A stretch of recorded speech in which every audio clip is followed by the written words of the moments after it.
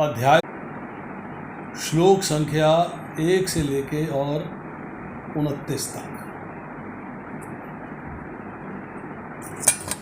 एक second, give me 1 second.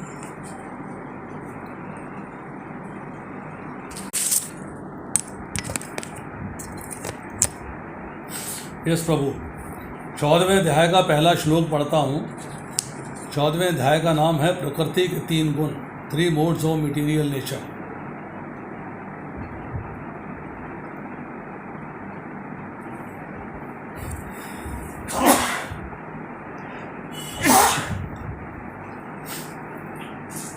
Shri भगवान उवाच परम भूय प्रवक्ष्यामि ज्ञानानां ज्ञानमुत्तमं यत ज्ञात्वा मुनयः सर्वे परम सिद्धिम इतवता।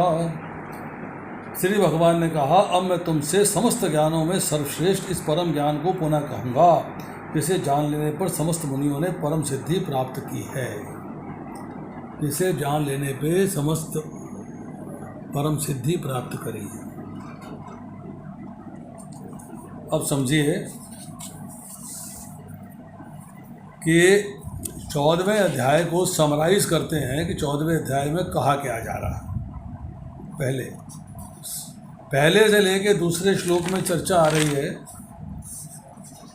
भगवत ज्ञान की महिमा और उसके कहने की प्रतिज्ञा कर रहे हैं भगवान। तीसरे से चौथे श्लोक में कह रहे हैं कि प्रकृति एवं पुरुष का संबंध और उससे प्राणियों की उत्पत्ति होती है। 5वें से लेकर 7वें श्लोक तक चर्चा आ रही है कि जीवात्मा जो बंधन में आता है वो 3 गुणों के संयोग से आता है, 3 गुणों के अंतर्गत आता है। वो कारण है उसके बंधन में आने के। 6ठे से 8वें श्लोक में चर्चा आ रही है 3 गुणों का स्वरूप क्या है, सतोगुण, रजोगुण, तमोगुण का स्वरूप क्या है। 9वें श्लोक में चर्चा आ रही है कि कौन सा गुण जो है किस में लगता है, मतलब उसकी अटैचमेंट कहाँ है। 10वें में आ रही है कि एक गुण दूसरे गुण को दबाकर आगे बढ़ जाता है तो कैसे बढ़ता है।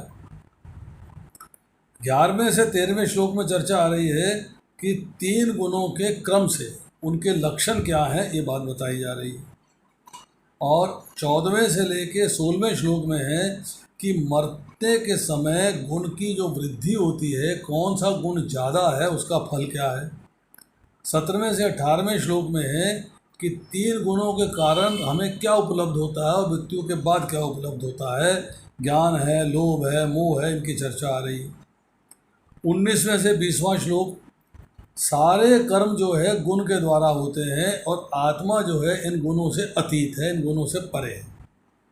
21वें श्लोक में जो व्यक्ति गुणातीत है उसके लक्षण क्या है उसका क्वेश्चन किया गया।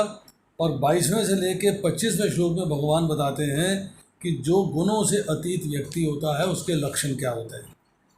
26वें श्लोक में गुणों से अतीत होने का उपाय क्या है और उसका फल क्या है। और 27वें में आ रही है ब्रह्म, अमृत, अव्यय और चरम सुख का आधार क्या है।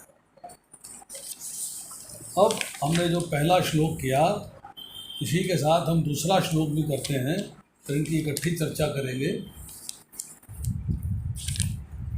इदं ज्ञानम् उपाश्रित्य मम सार्धमयम् आगतः सर्गे अपि न उपजायन्ते प्रलय न व्यथन्ति च।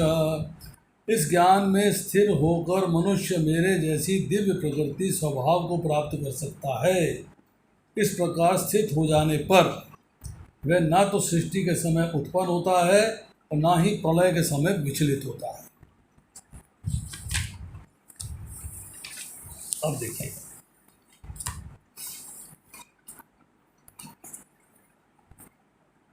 तेरहवें अध्याय के 22वें श्लोक में आपने पढ़ा कि बद्ध जीव किस प्रकार प्रकृति से अलग होते हुए भी, मतलब जीव और प्रकृति दोनों अलग अलग हैं, अलग अलग होते भी वो प्रकृति के साथ जकड़ा हुआ है, उसके साथ जुड़ गया है। जीव सूक्ष्म है, नियंत्रित है, सीमित है, और नियंत्रण है प्रकृति के 3 गुणों का कार्य। ये 3 गुण उसे नियंत्रित करते हैं। अब 14वें अध्याय के अंत में जाके बताएंगे कि 3 गुणों से मुक्ति का रास्ता क्या है। अब फिर 13वें अध्याय में आते हैं। इसके 35वें श्लोक में कहा गया है कि ज्ञान के चक्षु अर्थात जो ज्ञान की आँखें हैं, ज्ञान के द्वारा शरीर तथा शरीर के ज्ञाता के अंतर को जो देख लेता है, भव बंधन से मुक्ति की विधि को भी जानता है, उसे परम लक्ष्य प्राप्त होता है। 2 बातें बताई। एक, ज्ञान का चक्षु होना चाहिए, नंबर 1। नंबर 2, शरीर के ज्ञाता अर्थात आत्मा और परमात्मा, और उनको जानता है, समझता है और उनका ज्ञान प्राप्त कर लेता है, और इस भव बंधन से, भौतिक संसार से मुक्ति की विधि को भी जान लेता है, तो वो परम लक्ष्य को प्राप्त होता है। ज्ञान क्या है, उसकी महिमा क्या है, और ज्ञान की प्राप्ति का सरल उपाय क्या है, ये हमें जानना है। दिस इज़ आवर टारगेट, ये हमको जानना चाहिए। अब यहाँ ज्ञान का अर्थ ये है कि ऐसी टीचिंग्स जिसके द्वारा हमें उस ज्ञान की प्राप्ति हो जिससे हम मुक्ति की अवस्था प्राप्त कर सकें। That is the real knowledge. अब 8वें अध्याय के हम 15वें और 16वें श्लोक में जाते हैं कि जो ज्ञानी महापुरुष है, मतलब जो परम सिद्ध है, उसकी जो प्रकृति है, भगवान कहते हैं मेरे जैसी हो जाती है, तीनों गुणों से परे हो जाती है। जब सृष्टि, अब हम बैकलैश करें जरा, कि जब सृष्टि का समय होता है तब 14 भुवन की ओरिजिन होता है, उनके अधिकारी, उनके जो अधिकार करने वाले हैं, उनकी उत्पत्ति होती है, परंतु महापुरुष उसमें नहीं आते। महापुरुष भगवान द्वारा भेजे गए। भगवान महापुरुषों ने जो है परम सिद्धि प्राप्त कर ली। और जब प्रलय होता है तो 14 भुवनों के अंदर हलचल, दुख, विकार महापुरुष को नहीं होता। महापुरुष तो बैकुंठ चला गया, वो लोग चला गया, तो उसको तो हलचल होनी नहीं है। कारण कि ज्ञानी महापुरुष जो है प्रकृति के गुणों से अतीत हो जाता है, उसका संबंध विच्छेद हो जाता है, टूट जाता है। उसने इस ज्ञान का आश्रय लिया है, उसने इसकी साधना करी है, और अल्टीमेटली जो है वो मेरे समीप आके मेरे जैसा स्वरूप प्राप्त करता है। अब आती है श्लोक संख्या 3। मम योनि महत ब्रह्मा तस्मिन् गर्भं दधाम्यहं संभवा सर्वभूतानां तथा भवति भारत। हे भरत पुत्र, ब्रह्म नामक समग्र भौतिक वस्तु जन्म का स्रोत है, और मैं इसी ब्रह्म को गर्भस्थ करता हूँ, जिससे समस्त जीवों का जन्म होता है, जन्म संभव होता है। और 4थे श्लोक में कहा जा रहा है, सर्वयोनिषु कौन्तेय मूर्तया संभवन्ति या तासाम ब्रह्म महत योनि अहम बीज प्रदापिता। हे कुंती पुत्र, तुम ये समझ लो कि समस्त प्रकार की जीव योनियाँ इस भौतिक प्रकृति में जन्म द्वारा संभव हैं, और मैं उनका बीज प्रदाता पिता हूँ। अब ये 2 श्लोक जो है बताए गए, अब इसको समझेंगे। जगत की उत्पत्ति होती है प्रकृति और पुरुष के संबंध से। जो मूल प्रकृति है वो अव्यक्त है या प्रधान कहलाती है, और भगवान के बाद जो है सबसे बड़ी वस्तु जो है वो मूल प्रकृति है। अब मूल प्रकृति से इन्यूमरेबल यूनिवर्सेस, मतलब अनंत ब्रह्मांडों का उदय होता है। अनंत ब्रह्मांडों का, एक का नहीं, अनंत ब्रह्मांडों का उदय होता है। अब देखिए, भगवान कहते हैं तस्मिन् गर्भ, इसका अर्थ क्या है कि कोई नया गर्भ नहीं रचना हो रही है, उसको स्थापित नहीं करते हैं। अनादि काल से जीव जो है वो जन्म और मृत्यु के चक्र में पड़ा हुआ है। महाप्रलय के समय वो कर्म फल समेत और अपनी सूक्ष्म इंद्रियों के सहित महतत्व में लीन हो जाता है, और महासर्ग के समय भगवान उन आदि जीवों का प्रकृति के साथ संबंध करा देते हैं। जीवों के शरीरों की रचना ब्रह्मा जी के द्वारा होती है। ब्रह्मा जी शरीरों की रचना करते हैं। तो भगवान के द्वारा गर्भ स्थापन के बाद संपूर्ण प्राणियों की उत्पत्ति होती है, अर्थात उनको शरीर मिलते हैं। वे सूक्ष्म तथा स्थूल शरीर धारण करके हम कहते हैं कि पुनर्जन्म हो गया, अर्थात महासर्ग में उनका पुनर्जन्म। कारण क्या है? प्रधान। प्रधान मतलब अव्यक्त प्रकृति। और कॉज ऑफ अपीयरेंस क्या है? भगवान कहते हैं आई एम बीजो प्रदा पिता, मैं ही बीज देने वाला पिता हूँ। ये बात 7वें अध्याय में भी भगवान ने कही, 9वें अध्याय में भी कही और 10वें अध्याय में भी कही। अब इसमें देखा जाए कि जो योनियाँ मिलती हैं, जो ब्रह्मा जी योनियाँ प्रदान करते हैं, कैसे प्रदान करते हैं? जो जेर से उत्पन्न होते हैं मनुष्य और पशु वो 30 लाख और 4 लाख, जो अंडे से उत्पन्न होते हैं पक्षी और सर्प वो 9 लाख, 11 लाख और कीट पतंगे 10 लाख, और जो स्वेदज जो पसीने से उत्पन्न होते हैं, जूं है, लीक है, और जो पृथ्वी को फोड़ कर निकलते हैं वृक्ष और लताएं वो 20 लाख हैं। तो टोटल 84 लाख योनियों की चर्चा हो गई। अब इसमें देखिए क्वालिटी क्या है। एक ही योनि में जो है असंख्य जीव आ रहे हैं, लाखों जीव आ रहे हैं, जैसे मनुष्य योनि है, पशु योनि है, लाखों जीव आ रहे हैं, परंतु सबके शरीरों में भेद रहता है। ये क्वालिटी ब्रह्मा जी की है कि सबके शरीरों में कर्म फल के अनुसार उनको जो है शरीर प्रदान करते हैं।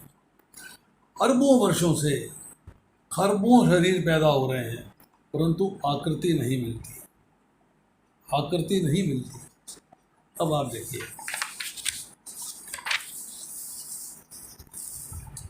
जब हमने अभी तक 4 श्लोक किए, तो पहले श्लोक से और दूसरे श्लोक से हमें क्या ज्ञान मिला कि जो प्रकृति के ये 3 गुण हैं, यही हमारा जो है बंधन कराने वाले हैं। इन्हीं की वजह से हम जो है इस पुनरअपि जन्मम और पुनरअपि मरणम के बंधन में पड़ते हैं। अब उन गुणों का नष्ट होना और इस बंधन का नष्ट होना, कर्म फलों का नष्ट होना और मुक्ति को प्राप्त करना जो है उसका कारण, उसका तरीका एक है, और वो तरीका है भक्ति। भक्ति से ही प्राप्त हो सकता है।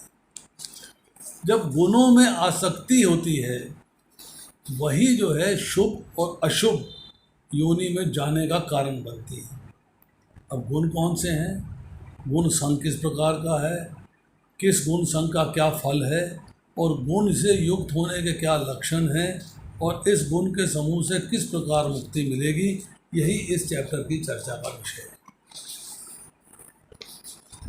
अब आती है चर्चा कि भगवान तो इस श्लोक के अंदर पहले दूसरे श्लोक में अति उत्तम उपदेश देने की बात करते हैं। वो ज्ञान जिसके द्वारा जाना जा सकता है, और परम ज्ञान अर्थात ज्ञान को जानने के जितने भी साधन हैं उनसे आपने एक उच्चतम कोटि का ज्ञान प्राप्त कर लिया। परंतु क्या वो ज्ञान प्राप्त करके हम उस ज्ञान के मार्ग पे चले? क्या हम उस ज्ञान के मार्ग पे चले? हम उस ज्ञान के मार्ग पे चलने में कोताही कर जाते हैं, उसको समझते नहीं। तो भगवान कहते हैं जो ज्ञान मैं देने जा रहा हूँ तो गुरु से प्राप्त करना है, क्योंकि वो परंपरा से आ रहा है। और जब उस ज्ञान को प्राप्त करके उस ज्ञान के ऊपर चलेगा, तब जीव मेरे जैसा स्वभाव प्राप्त कर लेगा जो 8 गुणों से युक्त है, जिसकी चर्चा जो है छांदोग्य उपनिषद में आती है। 8 गुण क्या है? पाप रहित, मृत्यु रहित, जरा रहित, भूख रहित, प्यास रहित, शोक रहित और इच्छा पूर्ण करने वाला गुण, और पूर्ण सत्य के गुण को प्राकट्य, the truth is fully manifested. ये 8 ही गुण भगवान में हैं असीम मात्रा में। जब हमसे ये सूक्ष्म मात्रा में भी आ जाते हैं तब हमारे मुक्ति का साधन बन जाते हैं, वो हमें प्राप्त करते हैं। अब स्वभाव होना चाहिए अल्टीमेटली भगवान के समान। कैसा? निर्लिप्त, निर्विकार। परंतु उस सब के बावजूद हम सृष्टि का पालन नहीं कर सकते, सृष्टि की उत्पत्ति नहीं कर सकते और संहार का कार्य भी नहीं करते। हमने अपने प्रैक्टिस किया है, अभ्यास की प्रैक्टिस करी है, हमने कोशिश करी है, अभ्यास से सामर्थ्य प्राप्त किया है। पर भगवान जो है युक्त योगी हैं, उनमें तो स्वभाव ऑटोमेटिकली है, उन्हें सब चीज़ें सामर्थ्य जो है ऑटोमेटिकली प्राप्त है। तो हम जो योगी बनने की कोशिश कर रहे हैं, कृष्णा कॉन्शियसनेस बनने की कोशिश कर रहे हैं, हमारी सामर्थ्य जो है सीमित है और भगवान की सामर्थ्य जो है वो असीमित है। अब गुणों का जो संग है हमारा वो अनादि है, उसकी अब बिगिनिंग नहीं है, उसका मालूम नहीं है कब से आरंभ हुआ और कब से आरंभ नहीं हुआ। तो ये होता है अविद्या से, गुणों के संग से बंधन होता है। अब हम ये लेके चलें कि अगर हमको इस भौतिक संसार से पार निकलना है तो इन गुणों से ऊपर जाना पड़ेगा, गुणातीत होना पड़ेगा, गुणों से अतीत होना पड़ेगा। तो यहाँ भगवान कहते हैं प्रकृति जो है माँ है, मदर है, और मैं पिता हूँ अर्थात फादर। तो प्रकृति बद्ध ब्रह्मा, प्रकृति जो है योनि के समान है, जो जन्म का स्थान है, और चर अचर देवता से लेकर घास तक उनको रूप और आकार और बीज देने वाला मैं हूँ। पर मैंने आगे ड्यूटी दी है ब्रह्मा जी को, ये ब्रह्मा जी सारा कार्य करते हैं। अब हमारे हैं श्लोक संख्या 5। सत्वं रजः तमः इति गुणा प्रकृति संभवः निबध्नन्ति महाबाहो देहे देहिनम् अव्ययम्। छठा श्लोक।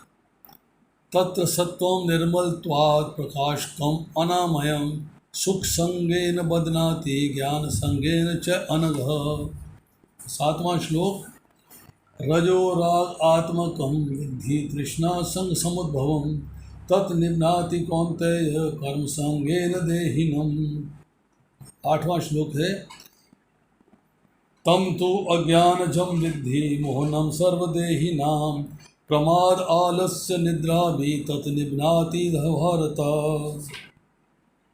देखिए, अब ये हमने 4 श्लोक पढ़े हैं, 5वां, 6ठा, 7वां और 8वां। अब इन पे चर्चा करते हैं कि तीनों गुण प्रकृति का कार्य है और मूल प्रकृति से तीनों गुण प्रकट होते हैं और तीनों गुणों से अनंत सृष्टियां पैदा होती हैं। तीनों गुण आपको बांध नहीं रहे हैं, अभी ध्यान देना बात पे, वेरी केयरफुली इसको समझने का प्रयास करना कि 3 गुण आपको बांध नहीं रहे हैं, परंतु पुरुष जो है जब इन गुणों का संग कर लेता है तो संबंध जोड़ के बच जाता है।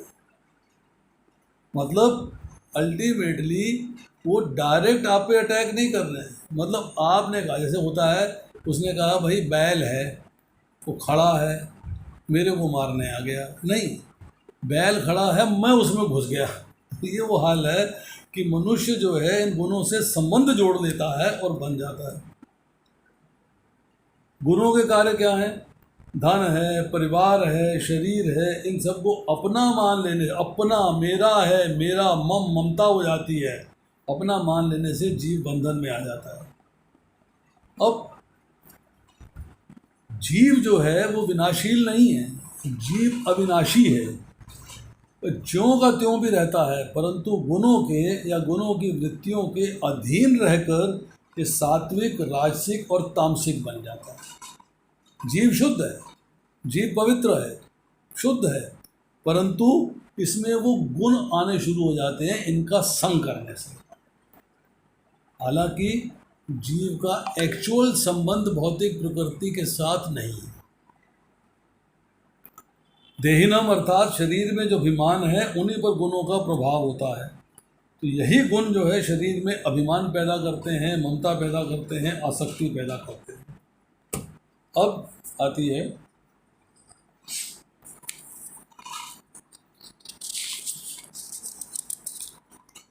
एक एग्जाम्पल दिया है, समझिएगा।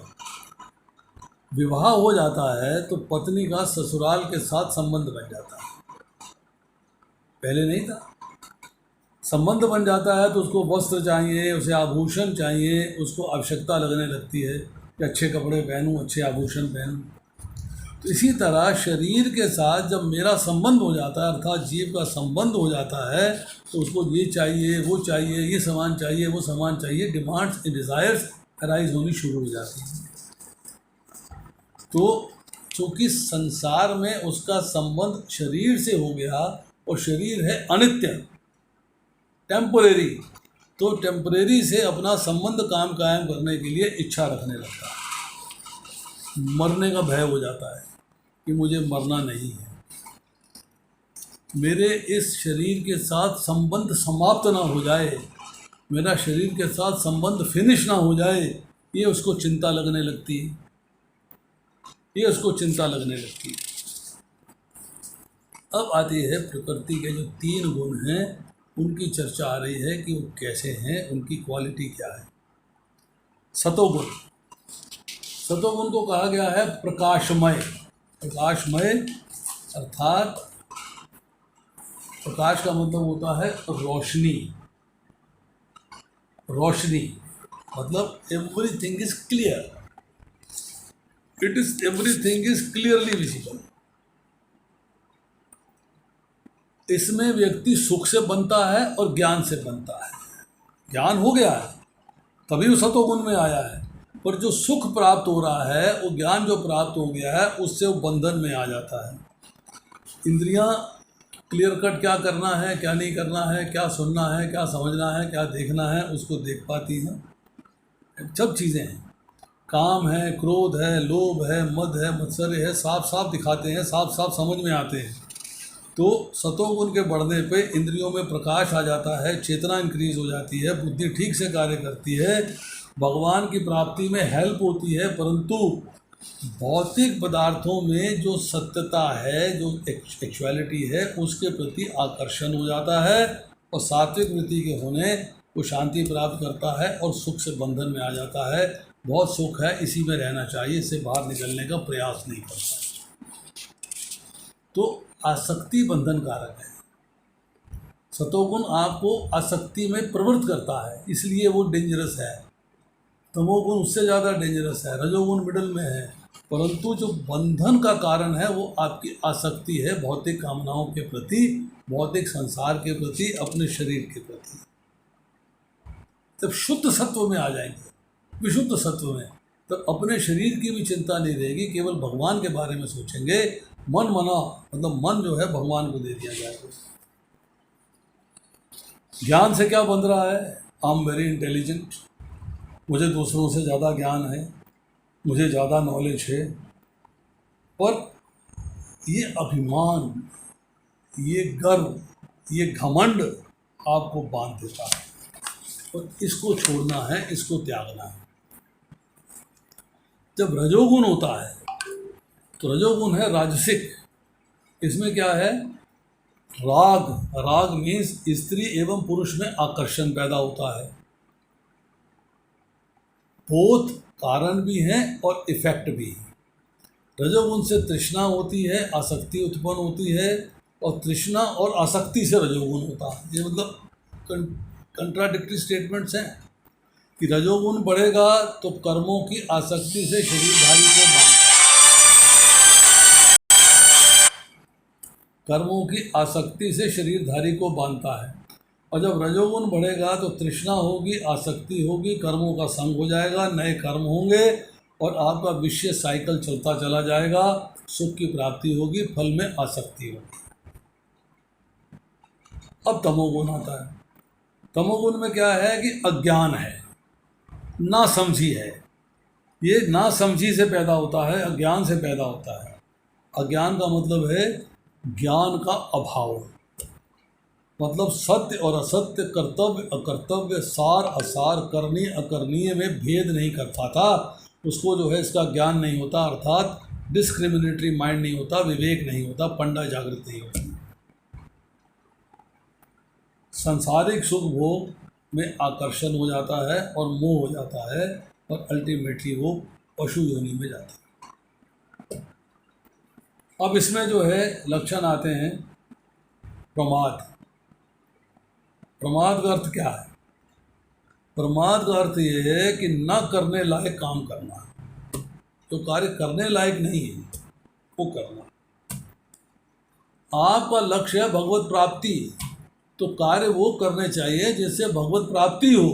पर आप जो है जो कार्य भगवत प्राप्ति नहीं कराते हैं वो करने लग जाते हैं, व्यर्थ के कार्य करते हैं। ताश खेल रहे हैं, पजल्स खेल रहे हैं, सुडोकू खेल रहे हैं, पशु पक्षियों को तंग कर रहे हैं, इंटॉक्सिकेंट्स ले रहे हैं, फिल्में देख रहे हैं, ड्रामे देख रहे हैं, व्यर्थ के खर्च कर रहे हैं।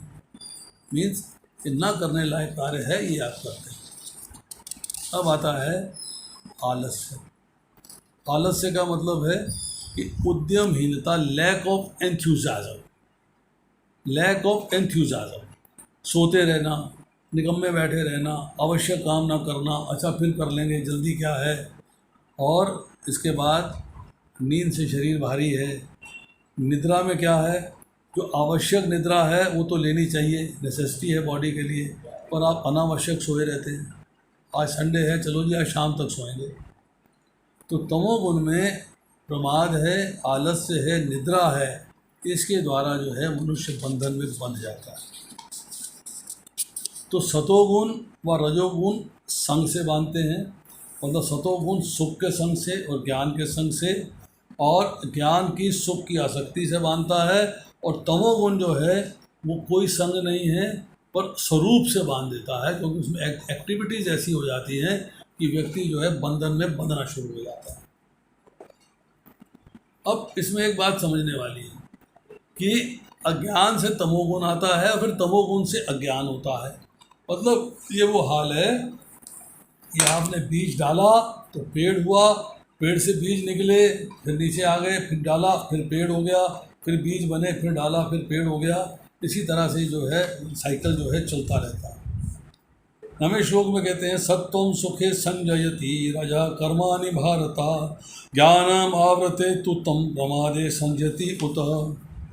हे भरतपुत्र, सतोगुण मनुष्य को सुख से बांधता है, रजोगुण सकाम कर्म से बांधता है, और तमोगुण मनुष्य के ज्ञान को ढककर उसे पागलपन से बांधता है।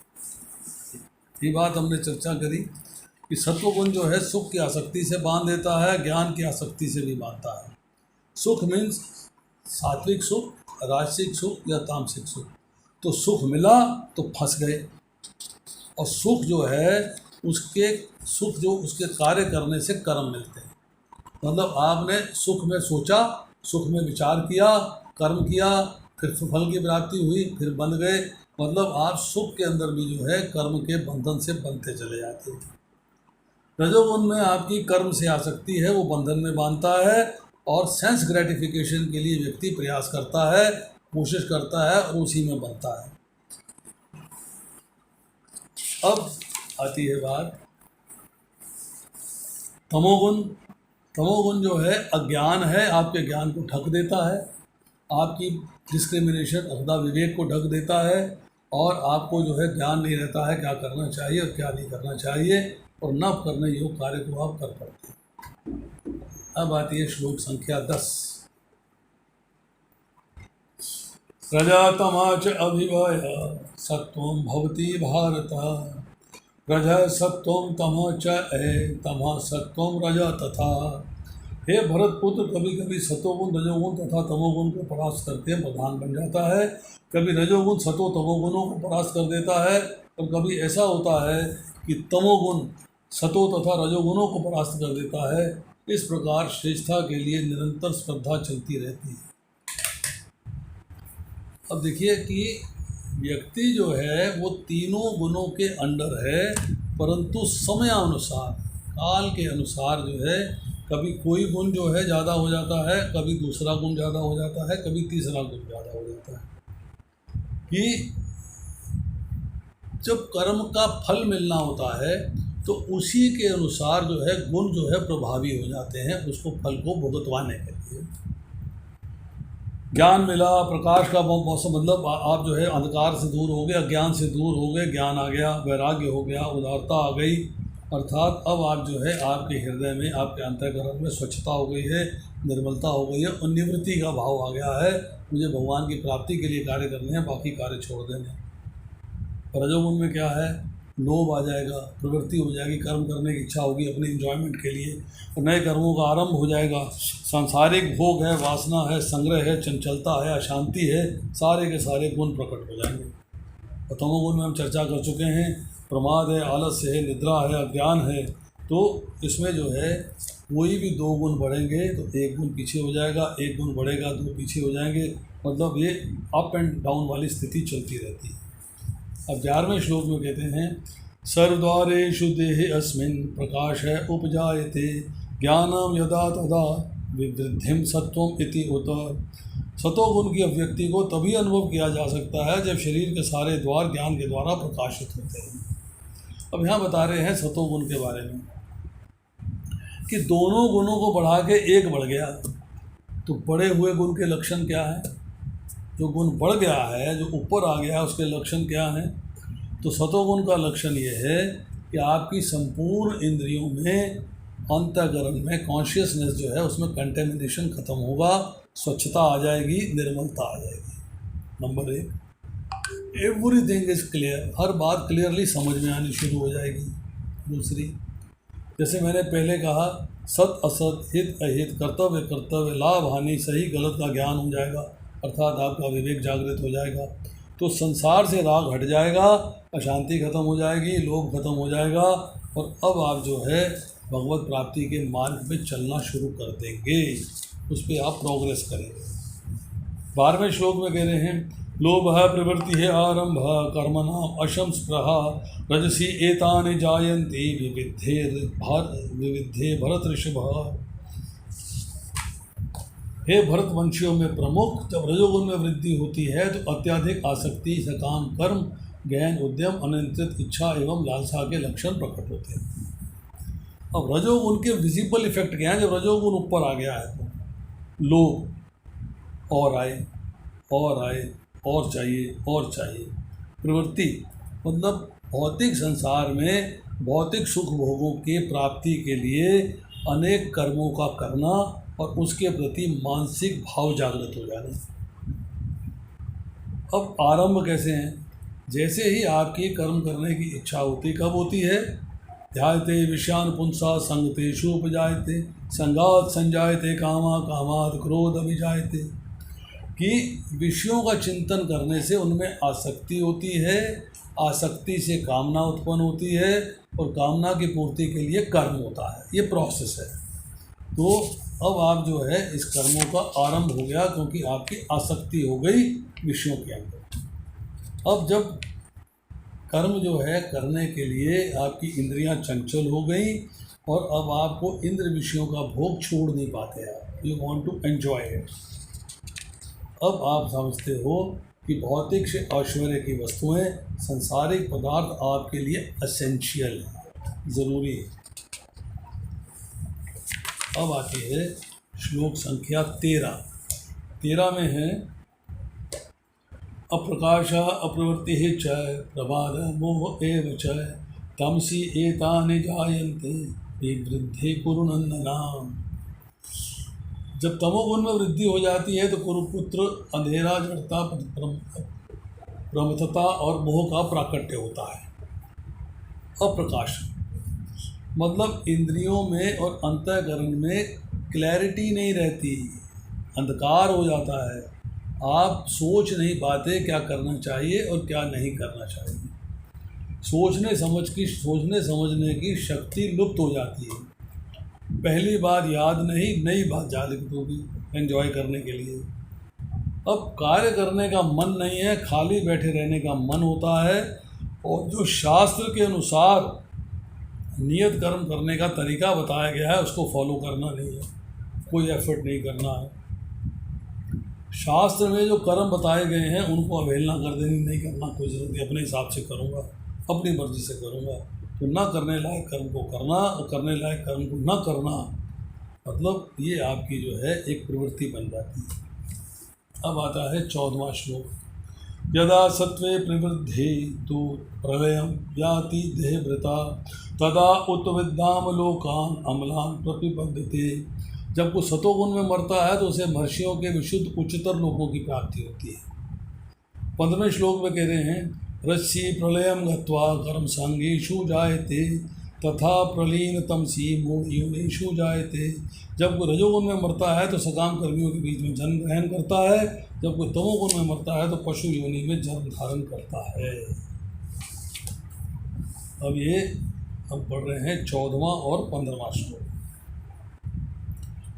तमोगुण स्थूल है, रजोगुण मध्यम स्थूल है और सतोगुण सूक्ष्म है। मतलब रजोगुण जो है तमोगुण और सूक्ष्म अर्थात सतोगुण के बीच में आ रहा। अब स्थूल की अपेक्षा सूक्ष्म में शक्ति अधिक होती है।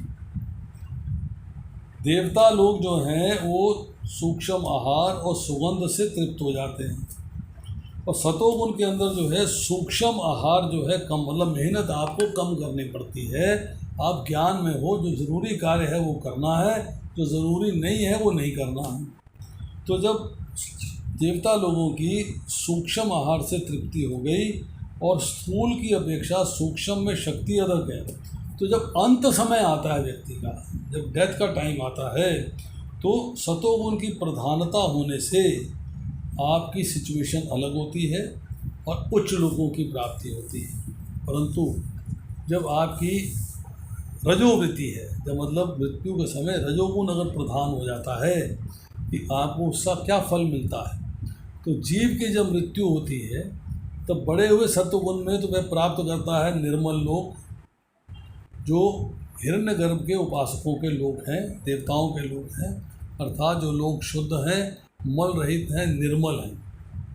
परंतु जिन्होंने उच्च लोगों को प्राप्त कर लिया है, महर्षि उन लोगों में जा सकता है। मनुष्य जो उत्तम कर्म करते हैं, अशुभ कर्म करते ही नहीं, उत्तम ही भाव है, उत्तम ही कर्म है, उत्तम ही ज्ञान है, तो ऐसा व्यक्ति जो है वो उच्च लोगों में चला जाता है। परंतु अंत समय में अगर रजोगुण की वृद्धि हो जाती है, अर्थात लोभ बढ़ जाता है, प्रवृत्ति हो जाती है भोगने की, अशांति हो जाती है, स्पृहा रहती है, लालच रहता है और शरीर छूट जाता है, तो प्राणी का कर्मों में आसक्ति थी, उसकी अपने कर्मों में आसक्ति थी, अभी और भोगना चाहता था, तो वो मनुष्यों में ही जन्म लेता है, क्योंकि उसे भोग पूरे नहीं हुए।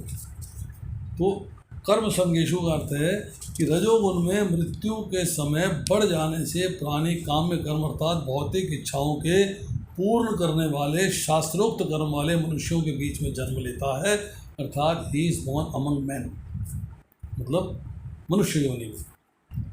अब अगर अंत काल में तमोगुण बढ़ गया, तमोगुण बढ़ गया तो क्या होगा कि तमोगुण के बढ़ने से जब उन वृत्तियों का चिंतन करता है, जैसे प्रमाद, मोह, आलस्य, इनका चिंतन करता है, इनको चिंतन करते हुए जब मरता है, तो मूढ़ योनियों में पशु है, कीट है, पतंग है, वृक्ष है, लता है, पक्षी है, इनमें जन्म लेता है। अब आती है श्लोक संख्या 16। कर्मणा सुकृतस्य आहु सात्विकम निर्मलम फलम रजसः तु फलम दुखम अज्ञानम तमसः फलम। पुण्य कर्म का फल शुद्ध होता है, वह सात्विक गुण कहलाता है, लेकिन रजोगुण में संपन्न कर्म का फल दुख होता है और तमोगुण में किए गए कर्म मूर्खता में प्रकाशित होते हैं।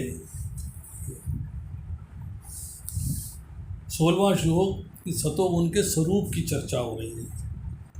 क्या है कि अलग अलग कार्य करते हैं तो उनका अलग अलग परिणाम क्या निकलता है। तो सतोगुण का स्वरूप बताया है, क्वालिटी क्या है उसकी, निर्मल है, स्वच्छ है, निर्विकार है।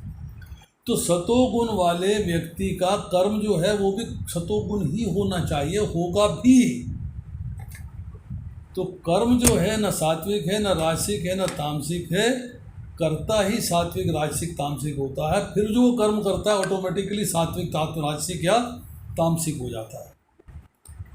तो सात्विक कार्य जो है, सात्विक कार्य का परिणाम निर्मल है, सुखमय फल है। मीन्स ऐसे सुख की प्राप्ति जिसमें रजोगुण और तमोगुण के फल मिश्रित नहीं हैं, प्योरली सतोगुण के फल मिल रहे हैं, मतलब मल रहित, मोह रहित और शोक रहित। अब निर्मल फल क्या है, कहते हैं फल मतलब फल में गंदगी नहीं, मलिनता नहीं। निर्मल फल है कि उच्च लोगों की प्राप्ति है।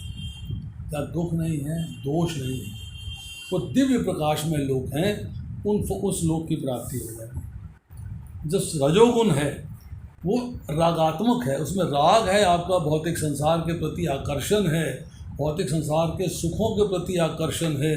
सो राग करने वाला जो करता है, जिसका सुख भोग का आनंद लेने का करता जो है, कर्म करता है, ऐसे कर्म, इसका परिश्रम भी दुखमय है और इसका कर्म भी दुखमय है, उसका फल भी दुखमय है।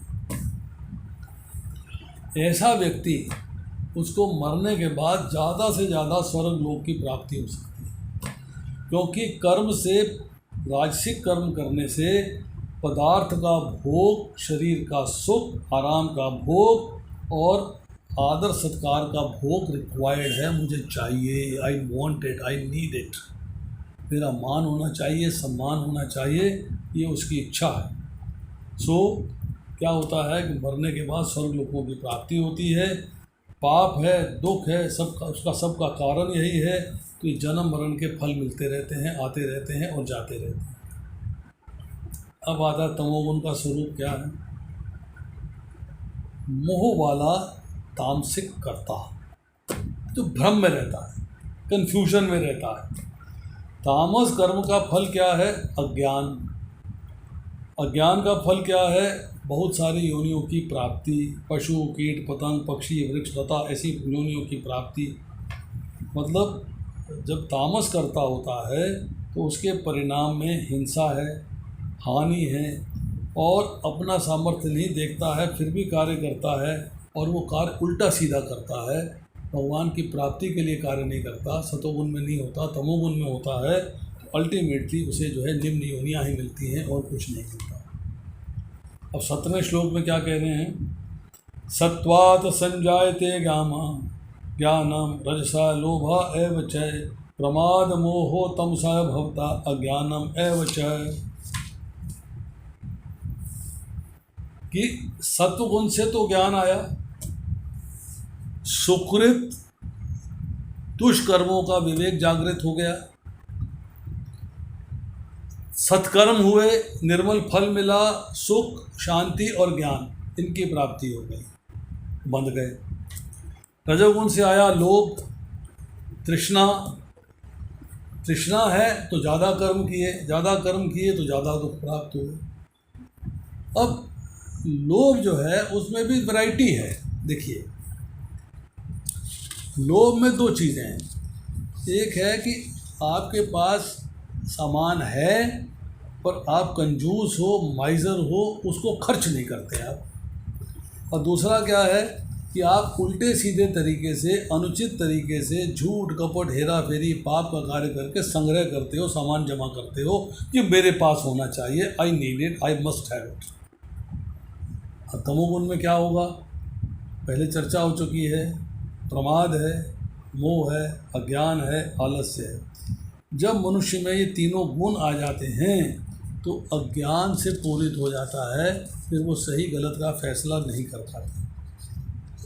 इस यहाँ पे जो है भगवान ने निद्रा की बात नहीं करी, क्योंकि आवश्यक निद्रा जो है वो तमोगुणी नहीं है। सतोगुणी व्यक्ति भी सोता है और रजोगुणी व्यक्ति भी सोता है। जो अधिक निद्रा मानने वाली है कि व्यक्ति जो है तमोगुण में आ जाता है, आलस्य में आ जाता है। अब आइए श्लोक संख्या 18। ऊर्ध्वं गच्छन्ति सत्त्वस्थता मध्ये तिष्ठन्ति राजसः जघन्यवृत्तिस्तथा अधः गच्छन्ति तामसा। सतोगुणी व्यक्ति क्रमशः उच्च लोकों को ऊपर जाते हैं, रजोगुणी इस पृथ्वी में रह जाते हैं, और जो अत्यंत गर्हित तमोगुण में स्थित है नीचे नरक लोकों में जाते हैं। अब भगवान ने बता दिया ऊर्ध्वं गच्छन्ति सत्त्वस्था, कि सत्वगुण में आसक्ति है, पर सत्वगुण की मात्रा के अनुसार, अर्थात उच्च लोक की प्राप्ति होगी, ब्रह्मलोक की प्राप्ति होगी। डिपेंड करता है भोगों में कितना संयम था आपका, कितना कंट्रोल था, कितने पुण्य के कार्य किए, उसमें आप स्वर्ग आदि लोकों में भी जा सकते हैं। अब आती है बात मध्य तिष्ठन्ति राजसा, कि रजोगुण की प्रधानता होती है, तो व्यक्ति जो है शास्त्र की मर्यादा में रह के शास्त्र द्वारा अनुमोदित कार्य करता है। संग्रह करता है, भोग विलास का आनंद जीवन व्यापन करता है, उसकी सांसारिक वस्तुओं में आसक्ति होती है, ममता होती है, और रजोगुण की जब प्रधानता हो जाती है उसके चिंतन में शरीर छूट जाता है, तो उच्च लोकों में ना जाके पृथ्वी लोक पे आता है, मनुष्य योनि प्राप्त करता है। परंतु जगन्य गुण वृत्तिस्था जो अधोगछन्ति तामसा, मतलब जब तमोगुण प्रधान हो जाता है तो प्रमाद के वश, मतलब करने योग्य कार्य नहीं करना और ना करने योग्य कार्य करना, और आलस्य के वर्ष जो कार्य किए गए हैं वो विकर्म होते हैं।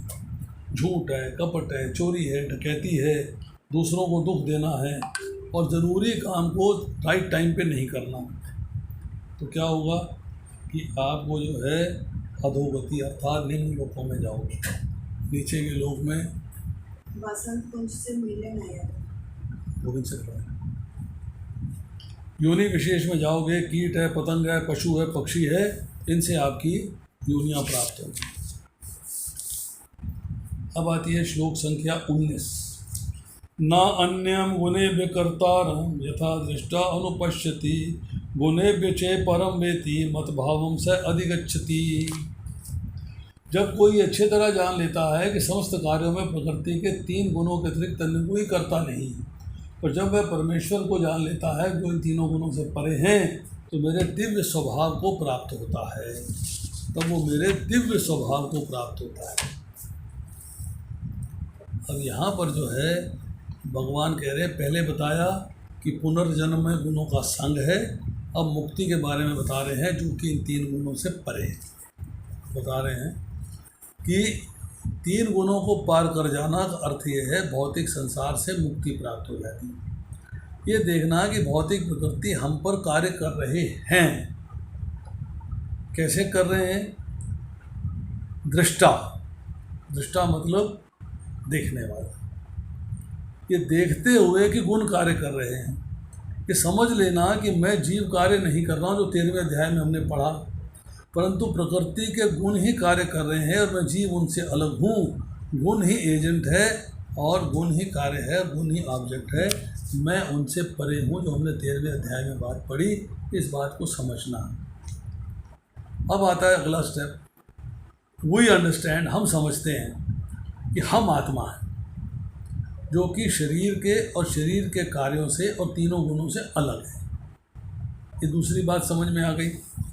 और उसके बाद अगली बात क्या है कि ये समझ लेना कि कृष्ण इस भौतिक संसार में कार्य करते हुए भी हमारे हृदय में स्थित हैं, परंतु इससे परे हैं।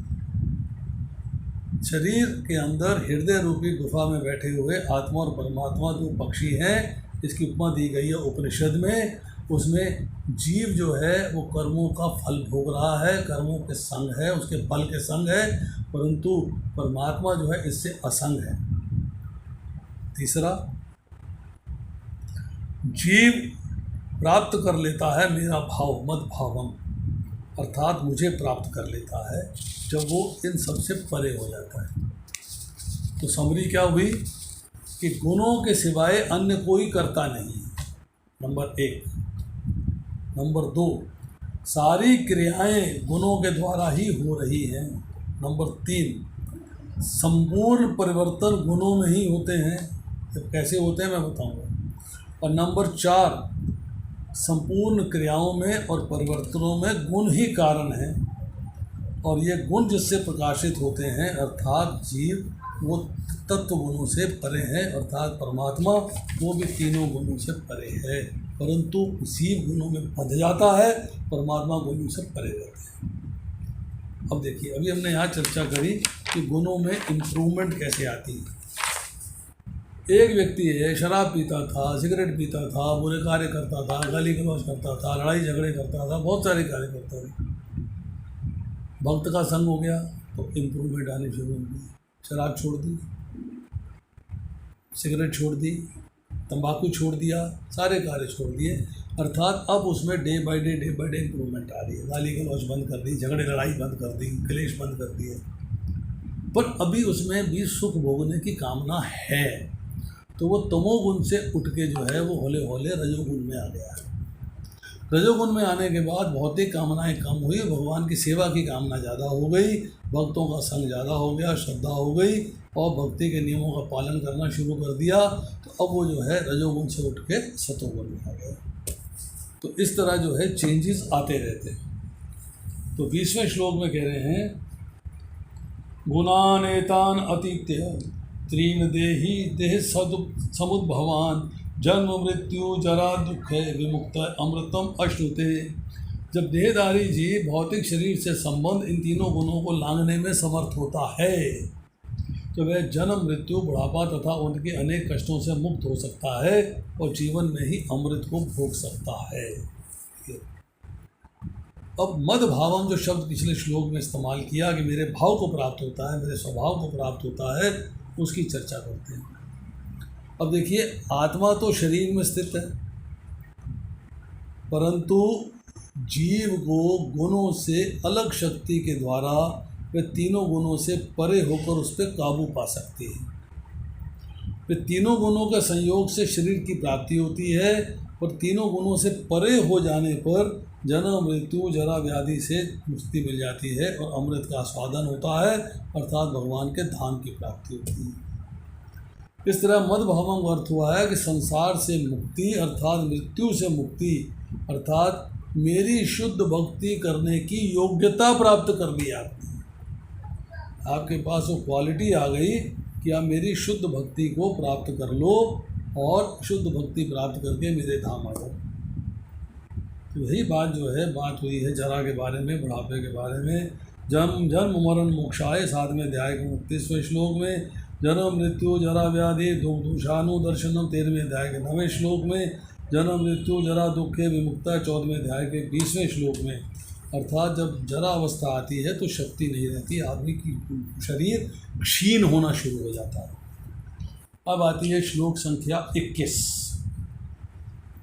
अर्जुन उवाच कैलिंगय त्रीन गुणानेतान अतीतः भवति प्रभु किम आचारः कथम च एतान त्रीन गुणान अतिवर्तते। अर्जुन ने पूछा, हे भगवान, जो तीनों गुणों से परे है वह किन लक्षणों के द्वारा जाना जाता है, उसका आचरण कैसा होता है, वो प्रकृति के गुणों को किस प्रकार लांघता है।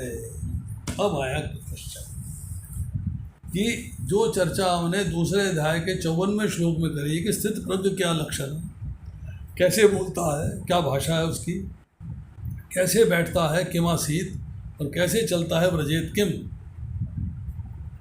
अब वो विशेष भाव से पूछता है कि किन किन लक्षणों से गुणाधीत पुरुष को जाना जा सकता है।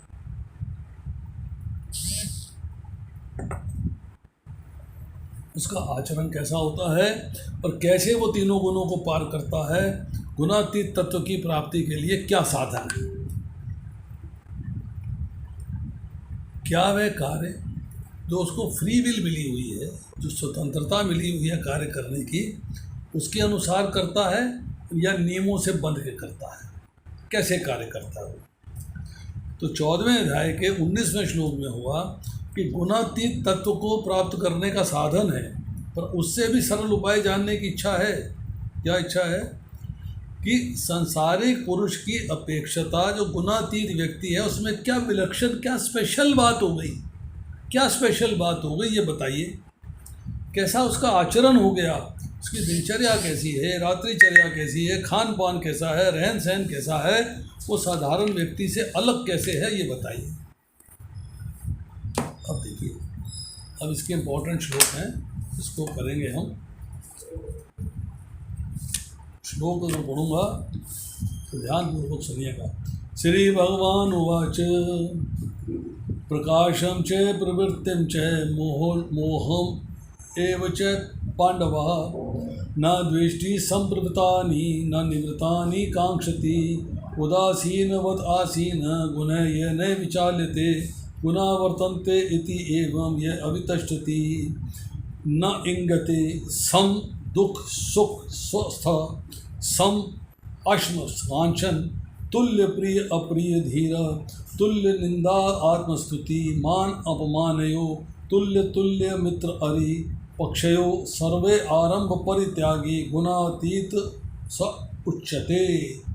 श्री भगवान ने कहा, हे पांडुपुत्र, जो प्रकाश, आसक्ति तथा मोह के उपस्थित होने पर ना तो उनसे घृणा करता है, ना लुप्त हो जाने पर उनकी इच्छा करता है, जो भौतिक गुणों के समस्त प्रतिक्रियाओं में निश्चल तथा अविचलित रहता है, अतः ये जानकर कि केवल गुण ही क्रियाशील हैं, उदासीन है और दिव्य बना रहता है, जो अपने आप में स्थित है, सुख तथा दुख को एक समान मानता है, जो मिट्टी के ढेले, पत्थर एवं स्वर्ण के टुकड़े को समान दृष्टि से देखता है, जो अनुकूल तथा प्रतिकूल के प्रति समान बना रहता है, जो धीर है तथा प्रशंसा तथा बुराई, मान तथा अपमान में समान भाव से रहता है, जो शत्रु तथा मित्र के साथ समान व्यवहार करता है, जिसने सारे समस्त भौतिक कार्यों का परित्याग कर दिया है, ऐसे व्यक्ति को प्रकृति के गुणों से अतीत कहते हैं।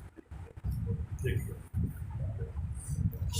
स्थित प्रज्ञ के लक्षण क्या हैं, ये भगवान ने उत्तर दिए। अब अर्जुन दोबारा प्रश्न पूछ रहा है और भगवान उसको जो है अब अलग अलग उत्तर दे रहे हैं। कि गुणातीत से लक्षणों के बारे में बता रहे हैं कि सत्व गुण का कार्य प्रकाश है अर्थात ज्ञान है, रजोगुण का कार्य प्रवृत्ति है अर्थात सकाम कर्मों में लग जाना है, तो तमोगुण का कार्य मोह है अर्थात उसको जो है इल्यूजन में रहना है, भ्रम में रहना है। तो इन गुणों के प्रभाव स्वरूप प्रकाश, प्रवृत्ति तथा मोह जब एकदम आ जाते हैं तो विचलित नहीं होता अर्थात दुख नहीं करता, और ना ही इन गुणों के प्रभाव के गायब हो जाने पर उससे घृणा करता है या द्वेष करता है।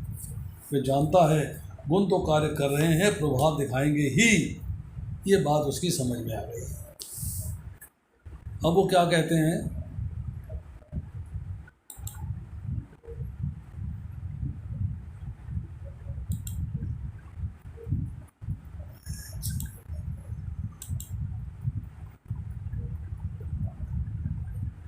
अब वो कह रहे हैं कि सत्वगुण में दो बातें बताई, एक ज्ञान तथा एक प्रकाश।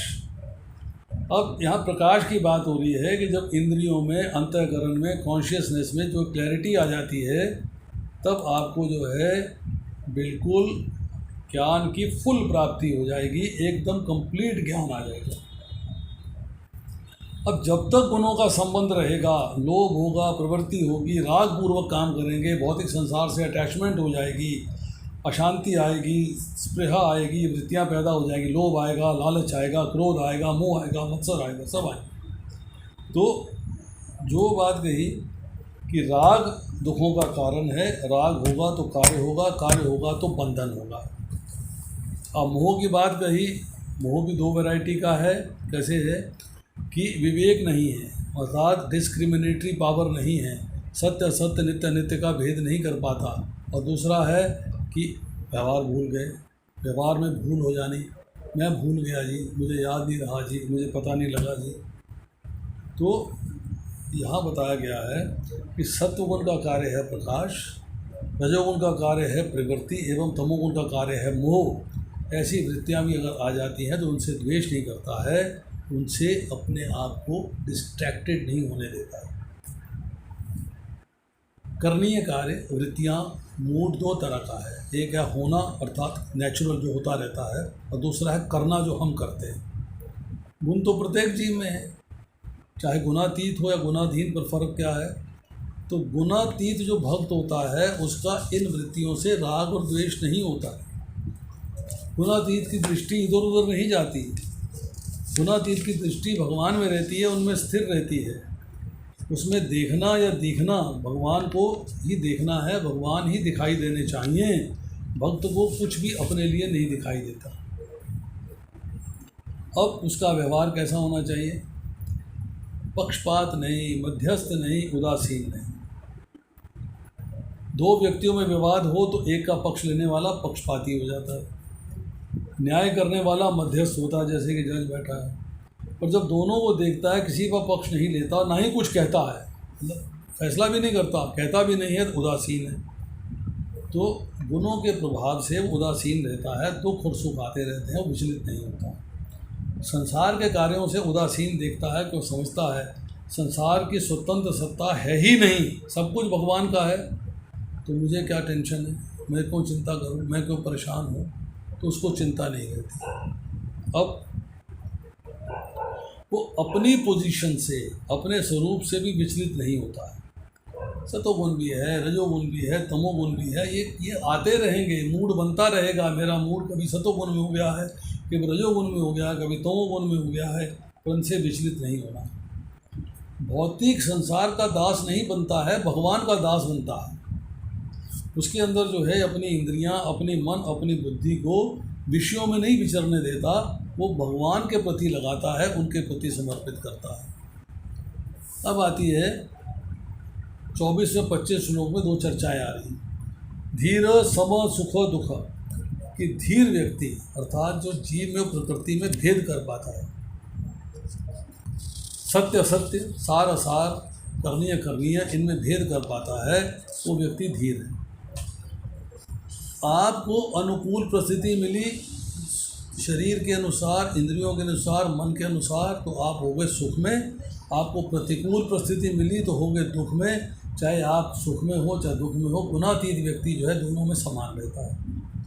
स्वस्थ का मतलब यहाँ पे है कि अपने स्वरूप में स्थित रहता है। उसे पता है जीवेरे स्वरूप कृष्णेर नित्यदास, मैं भगवान का दास हूँ, तू सेवक, मैं सेवक, तू स्वामी।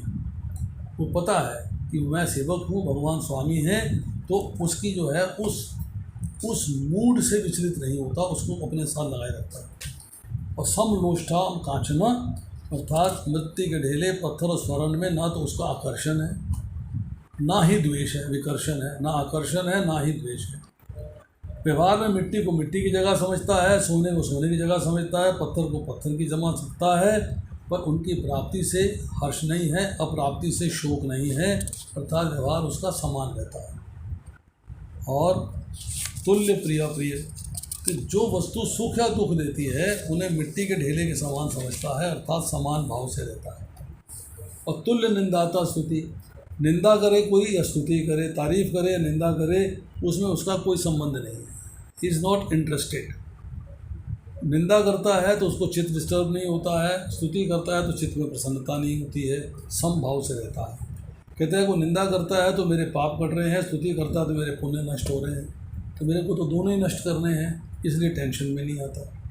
मान अपमान होता है तो मान अपमान होने में शरीर की मुख्यता होती है। मेरा मान मतलब मेरा अपमान, अर्थात गुणातीत का चूँकि शरीर से संबंध नहीं रहता, उससे ऊपर उठ जाता है, इसलिए सुख और दुख नहीं होता है। मान अपमान को मानता ही नहीं, समझता ही नहीं कुछ भी।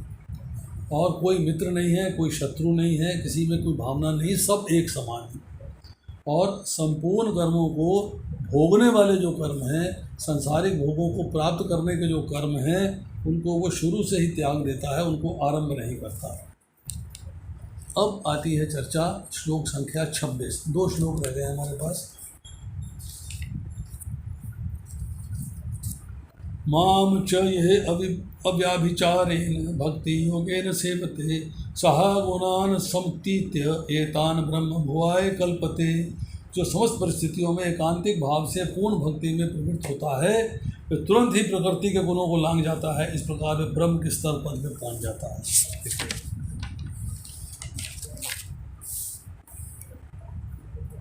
ब्रह्म भुवाय कल्पते, जो भक्ति योग के द्वारा मेरे श्याम सुंदर स्वरूप, जो तुम्हारे सामने स्वरूप में हूँ मैं, उसकी सेवा करता है, वही व्यक्ति ब्रह्म के पद को प्राप्त करने में सक्षम होता है। जिसने ज्ञान के द्वारा जीव का, प्रकृति का ज्ञान प्राप्त कर लिया है, परंतु विज्ञान अर्थात उसको सेवा में परिवर्तित नहीं किया है, वह गुणातीत नहीं हो सकता। जो भक्ति योग के द्वारा मेरी शरण में आ जाता है, माँ में प्रबदंते मायाम एतान तरंती ते, 7वें अध्याय का 14वां श्लोक, वह तीनों गुणों को पार करके अपने स्वाभाविक स्वरूप को प्राप्त कर लेता है। आत्मा के 8 गुण प्रकट हो जाते हैं, जो पहले चर्चा कर चुका हूँ। पाप रहित, मृत्यु रहित, जरा रहित, भूखेच्छा रहित, पिपासा रहित, शोक रहित, फुल्ली ट्रुथफुल और ऑल डिज़ायर्स ऑटोमेटिकली सेटिस्फाइड। ये 8 गुण हैं। छांदोग्योपनिषद 8वां अध्याय 1 श्लोक। अब भक्ति से आपका स्वरूप समाप्त नहीं होगा, शरीर समाप्त होगा। अब भगवान के धाम चले जाओ, अब भगवान में लीन नहीं होते। आत्मा भगवान के धाम में अलग स्वरूप में रहती है, भगवान के अंदर मिक्स नहीं हो जाती वहाँ जाके। वो अब यहाँ चर्चा आती है, जहाँ भगवान से समता की बात हुई है वह ब्रह्मभूत का अर्थ क्या है कि जीव 8 गुणों वाली शाश्वत स्थिति को प्राप्त कर सकता है, जो गुणों की हमने चर्चा करी है। ब्रह्मैव सन ब्रह्मपेति वृत्त आरण्यक उपनिषद 4 खंड 4 अध्याय और 6 श्लोक, कि वो ब्रह्म हो जाता है, ब्रह्म को प्राप्त कर लेता है। अर्थात जो अकाम है, निष्काम है, आप्तकाम है, ऐसा व्यक्ति जो होता है वो ब्रह्म में रहकर अर्थात भगवान के धाम में रहकर भगवान के धाम को प्राप्त करता है। ये उसके लिए एसेंशियल हो गया। अब आती है चर्चा कि भगवान कह रहे हैं श्रीमद् भागवत के 11वें अध्याय के 11वें स्कंद के 19वें अध्याय के पहले श्लोक में कि जो स्वरूप सिद्ध व्यक्ति ने प्रकाश पाने तक शास्त्रीय ज्ञान का अनुशीलन किया है और जो भौतिक ब्रह्मांड को मात्र मोह समझकर निर्विशेष चिंतन से मुक्त होता है, उसे चाहिए कि उस ज्ञान को तथा उसे प्राप्त करने वाले साधनों को मुझे समर्पित कर दे, अर्थात मेरे लिए कार्य करे, ज्ञान प्राप्त करे और फिर मेरे लिए कार्य करे। ये उसके लिए एसेंशियल है। अब उसके बाद कहते हैं 11वें स्कंद के 25वें अध्याय के 26वें श्लोक में, आसक्ति रहित कर्ता सात्विक होता है, निजी इच्छा से अंधा हुआ व्यक्ति राजसिक होता है और अच्छे बुरे का भेद पूरी तरह भुला देने वाला व्यक्ति तामसिक होता है। किंतु जिस कर्ता ने मेरी शरण ले ली है वो प्रकृति के गुणों से परे माना जाता है, अर्थात वो तीनों को पार पा जाता है। अब आती है अव्याभिचारेण भक्ति योगेन। व्याभिचारी की मैंने पिछली बार चर्चा करी थी। व्याभिचारी पुरुष होता है जो पर स्त्री से संबंध बनाता है, और व्याभिचारिणी स्त्री होती है जो पर पुरुष से संबंध बनाती है। इसका अर्थ क्या है कि अपने को छोड़ के पराये के साथ संबंध बनाना है। तो अपने केवल भगवान है, भगवान के सिवाय कोई सहारा नहीं। अगर हम किसी दूसरे का सहारा लेते हो, संसार का सहारा लेते हैं, कर्मयोग का सहारा लेते हैं, ज्ञान योग का सहारा लेते हैं, ध्यान योग का सहारा लेते हैं, तो सहारा लेके अल्टीमेटली हमें भक्ति योग में आना चाहिए। केवल भक्ति योग ही सहारा है हमारा भगवान के धाम जाने के लिए, और कुछ नहीं। तो योग जो है हमारा वो केवल भगवान के साथ होना चाहिए, भगवान के प्रति होना चाहिए, भौतिक संसार के प्रति नहीं, भौतिक संसार के आनंद के प्रति नहीं, भौतिक संसार के लोगों के प्रति। अब आता है आखिरी श्लोक 27वां, ब्रह्मन्न ही प्रतिष्ठा अहम अमृतस्य अव्यस्य च शाश्वतस्य च धर्मस्य सुखस्य एकांतिकस्य। और मैं निराकार ब्रह्म का आश्रय हूँ जो अमृत अविनाशी तथा शाश्वत है और चरम सुख का स्वाभाविक पद है। अमृतस्य मतलब अमृत की प्रतिष्ठा मैं हूँ। कि क्या यहाँ पर जो है स्वर्ग के सुख के बारे में चर्चा है? नो। अव्यस्य का मतलब है नाश रहित मोक्ष, अर्थात मोक्ष की प्राप्ति। 13वें अध्याय के 13वें श्लोक में 14वें अध्याय के 20वें श्लोक में अमृत अष्टोदय की चर्चा आई है, अर्थात गुणातीत भक्त ने मृत्यु पर विजय प्राप्त कर ली है, अर्थात मृत्यु के बाद मेरे धाम आ जाएगा। अव्यवस्य कि अपने स्वरूप में चेंज नहीं है, वो अनचेंजिंग है। मेरे स्वरूप कृष्ण नित्य दास, मेरा स्वरूप कृष्ण के दास का है, और मैं जो है हमेशा से उस स्थिति को प्राप्त करना चाहता था जहाँ पे कि मैं भगवान के धाम जा सकूं। तो मैं अब उसके लिए एफर्ट्स कर रहा हूँ। मेरा उनके प्रति, भगवान के प्रति पूर्ण अफेक्शन है। ये अमृत है, अविनाशी है, भगवान का धाम है। अब शाश्वतस्य धर्मस्य, भगवान कहते हैं आई am the basis of eternal method which is eternally present both in the stage of sadhana and perfection. The supreme method is called bhakti. मतलब शाश्वत से साधन और फलादेश में भी नित्य अवस्थित भक्ति नामक परम धर्म की प्रतिष्ठा, अर्थात परम धर्म का जो प्राप्त होने वाला एकांतिक भक्त का संबंध है, जो प्रेम की प्रतिष्ठा है, आधार है, आश्रय है, वो मैं हूँ। मतलब एकांतिक सुख क्या है कि प्रेम की प्रतिष्ठा भी मैं हूँ, और प्रेम का आधार भी मैं हूँ, और प्रेम का आश्रय भी मैं हूँ। अर्थात अक्षय सुख भी मैं हूँ, अत्यांतिक सुख भी मैं हूँ और अत्यंत सुख भी मैं हूँ, अतिशय सुख भी मैं हूँ। कि I am the happiness of prema, प्रेम का जो आनंद है वो मैं हूँ। जो भक्ति जो जो जो भक्ति के प्रति समर्पित हो गया है, जो मेरे प्रति समर्पित हो गया है, चूँकि मैं सबका आश्रय हूँ, जो मेरी आराधना करता है, मुझ में लीन होने के लिए ब्रह्म को प्राप्त करता है और ब्रह्म बन जाता है। तो भगवान ने कहा कि तीनों भावनाओं से अतीत भगवान विष्णु ही योगी जनों की मुक्ति के लिए उनके चंचल तथा स्थिर रहने वाले चित्त के आश्रय हैं। आश्रय भगवान, केवल आश्रय भगवान का होना चाहिए। और दूसरी बात कि भगवान प्रत्येक जीव में स्थित है, तो सबके आश्रय हैं, प्रत्येक जीव के अंदर भगवान जो है उपस्थित है। मैं अच्युत परमात्मा यथाच्युत त्वं परतः परस्मात् ब्रह्मभूतात् परतात्मा, विष्णु धर्म के 26वें अध्याय का 13वां श्लोक है कि मैं अच्युत परमात्मा सबसे सुपीरियर हूँ और मैं ब्रह्म से भी परम हूँ। मैं ही ब्रह्म हूँ। ब्रह्मण्यो देव की पुत्र है, ब्रह्मण्यो मधुसूदन है, ब्रह्मण्यो पुंडरीकाक्ष है, ब्रह्मण्यो विष्णुच्युत है। विष्णुच्युत जिनकी जो अपने भक्तों की रक्षा करने से चूकते नहीं है, वही ब्रह्म है, अर्थात वही भगवान है, वही कृष्ण है। जो मधु नामक राक्षस का वध करते हैं वही जो है कृष्ण है, और जो देवकी के पुत्र हैं कृष्ण वही ब्रह्म है। अर्थात हर जगह चर्चा एक आ रही है कि ब्रह्म और भगवान में कोई भेद नहीं है, दोनों अभिन्न हैं, दोनों अभिन्न हैं। तो परम ब्रह्म सारे जगत को प्रकाशित करता है, तुम ये जान लो कि वो ब्रह्म मेरा ही आश्रय है। अब यहाँ पे अगर हम ब्रह्म ज्योति की भी चर्चा करते हैं तो भगवान के अंगों की कांति है भी भगवान का आश्रय है, भगवान के अंगों से निकली है। तो भगवान कहते हैं यस्य प्रभा प्रभुत है जगतंड कोटि कोटि, ब्रह्म संहिता का श्लोक है ये, जिनकी प्रभा उपनिषदों में वर्णित निर्विशेष ब्रह्म का स्रोत है। मतलब निर्विशेष ब्रह्म जो है, जिस ब्रह्म ज्योति की हम बात करते हैं, वो ब्रह्म ज्योति भी भगवान के अंगों की कांति से है, उन्हों की कांति है, वो उसी से निकली हुई है। तथा करोड़ों ब्रह्मांडों में अनंत विभूतियों के रूप में भेद को प्राप्त होने के नाते निर्विच्छिन्न पूर्ण अनंत और सत्य के रूप में प्रकट है। आदि पुरुष गोविंद का मैं भजन करता हूँ। मतलब भगवान के अंगों की कांति जो है संपूर्ण सृष्टि में फैली हुई है, सूर्य के रूप में है, चंद्रमा के रूप में है, तारागणों के रूप में है, सारी सृष्टि पे है।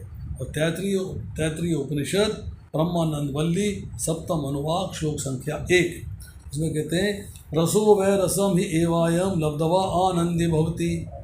परम ब्रह्म परमात्मा सचमुच रस स्वरूप है, रस के स्वरूप है, आनंदमय है।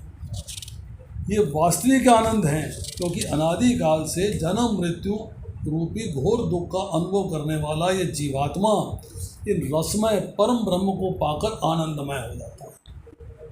तो भगवान कहते हैं कि सबका आश्रय मैं हूँ, मैं ही इस ब्रह्म का प्रतिष्ठा हूँ, मैं ही उसका आश्रय हूँ, मैं ही लक्ष्य हूँ, मैं ही आश्रय हूँ। ये बात हमें समझनी चाहिए।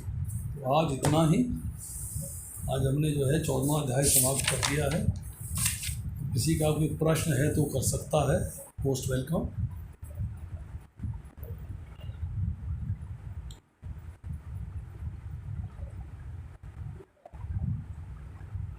कोई हाथ खड़ा करे, सब पूछ लेते हैं क्या सवाल है उनका।